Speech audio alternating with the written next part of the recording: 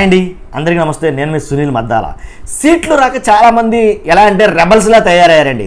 తెలుగుదేశంలో కానీ జనసేనలో కానీ అలాగే వైసీపీలో కానీ సీట్లు రానట్టు వాళ్ళు రెబల్గా తయారవడం, లేదా పార్టీలు మారిపోవడం, లేదా వేరే పార్టీలోకి వెళ్ళడం, ఆ వేరే పార్టీల నుంచి టికెట్లు తీసుకుని మళ్ళీ పోటీ చేయడం, ఎవరో ఏ పార్టీలోకి వెళ్ళకపోయినా సరే అవసరమైతే కానీ ఇండిపెండెంట్గా నిలబడైనా సరే తమ ప్రతాపం ఏంటో చూపించడానికి డిసైడ్ అయిపోయారు. ఎవరు చెప్పని వాళ్ళకి అనవసరం, వాళ్ళు రెబల్స్గానే మిగిలిపోయారు. కాబట్టి అలాంటి వాళ్ళని బుజ్జగించడం అంటే మామూలు విషయం కాదు, సామాన్యమైన విషయం అంతగానే కాదు. ఏంటి అధినాయకులు చెప్పినా సరే విన్నటువంటి సందర్భాలు చాలా చూసాం. ఫర్ ఎగ్జాంపుల్ ఎవరంటే కనుక జనసేనలో పవన్ కళ్యాణ్ గారు పోతిరి మహేష్కి ఎన్నిసార్లు చెప్పి చూశారు ఇలా. అలాగే వెళ్ళినటువంటి క్యాండిడేట్లు చాలామంది ఉన్నారు టీడీపీలో కూడా. సో వాళ్ళందరి కోసం చంద్రబాబు నాయుడు గారు అందుకే అంటారండి రాజకీయ చాణక్యుడు అనేది. కాబట్టి చంద్రబాబు నాయుడు గారు ఒక కొత్త ప్లాన్ అయితే తీసుకొచ్చారు. ఒక కీలక కొన్ని విషయాలు అయితే కనుక కీలక నిర్ణయం అయితే తీసుకున్నారు. ఏంటంటే కనుక సీట్లు నిరాకరించిన నేతలపై చంద్రబాబు కీలక నిర్ణయం. ఏంట్రా అంటే కనుక ఎన్నికల సమయంలో టీడీపీ కీలక నిర్ణయాలు తీసుకుంటుందన్న మాట అందరికీ తెలిసిందే. మామూలు కీలక నిర్ణయాలు కాదు. అసలు ఏంటంటే అడ్డాటాసి గెలిచేవాడు బ్యాటింగ్గా బౌలింగ్గా అంటే కనుక అవసరమైతే ఫీల్డింగ్ తీసుకుంటామన్న ఆశ్చర్యపోవడం అసలు అటువంటి కీలక నిర్ణయాలు కూడా తీసుకుంటుంది టీడీపీ. కాబట్టి టీడీపీలో పలువురు సీనియర్లకు ఈసారి టిక్కెట్లు నిరాకరించడం జరిగిందన్న సంగతి అందరికీ తెలుసు. కాబట్టి ఆ టిక్కెట్లు నిరాకరించిన వారి కోసం టీడీపీ ఏం చేయబోతుందంటే కనుక కొన్ని నియోజకవర్గాల్లో రెబల్ పోరు ఎక్కువైపోయింది.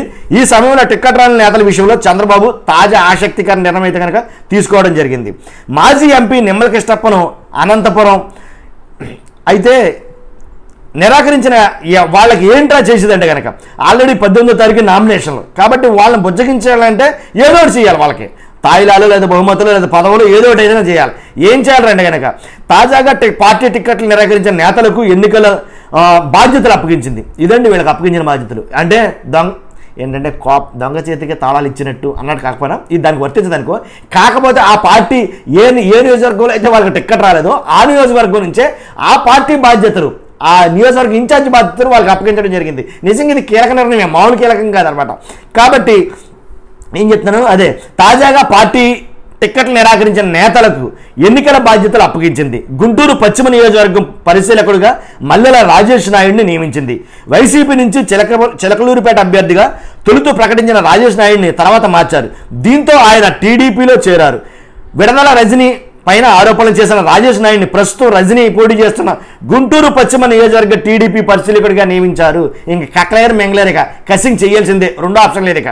కాబట్టి ఇలాగా కొంతమందిని అయితే బుజ్జగించే ప్రయత్నాలు ఎలా చేశారు. అనంతపురం అర్బన్ సీట్ ఆశించిన సీనియర్ నేత ప్రభాకర్ చౌదరికి జోన్ 5 ఎన్నికల సమన్వయకర్తగా ప్రకటించారు.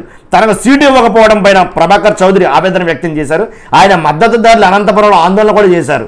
మాజీ ఎంపీ నిమ్మల కృష్ణప్పను అనంతపురం, ఎమ్మెల్సీ బీటీ నాయుడిని కర్నూలు, ఏరాసు ప్రతాపరెడ్డిని నంద్యాల లోక్సభ నియోజకవర్గ సమన్వయకర్తలుగా ప్రకటించారు. హిందూపురం సమన్వయకర్తగా తిప్పేస్వామి, పోల నాగరాజులకు బాధ్యతలు అప్పగించారు.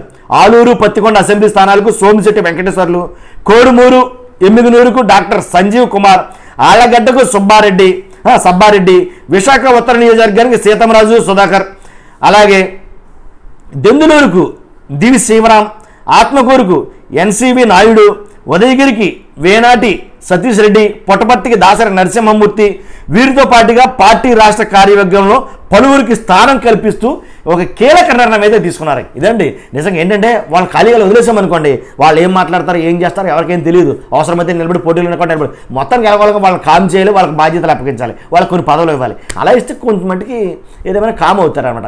అదండి విషయం. చూస్తున్న మీరు అందరూ కూడా మర్చిపోవద్దు. మంచి ఇన్ఫర్మేషన్ కాబట్టి షేర్ చేయండి, ట్రై చేయండి, సబ్స్క్రైబ్ చేయండి, మరి ముఖ్యంగా లైక్ చేయండి. Thank you.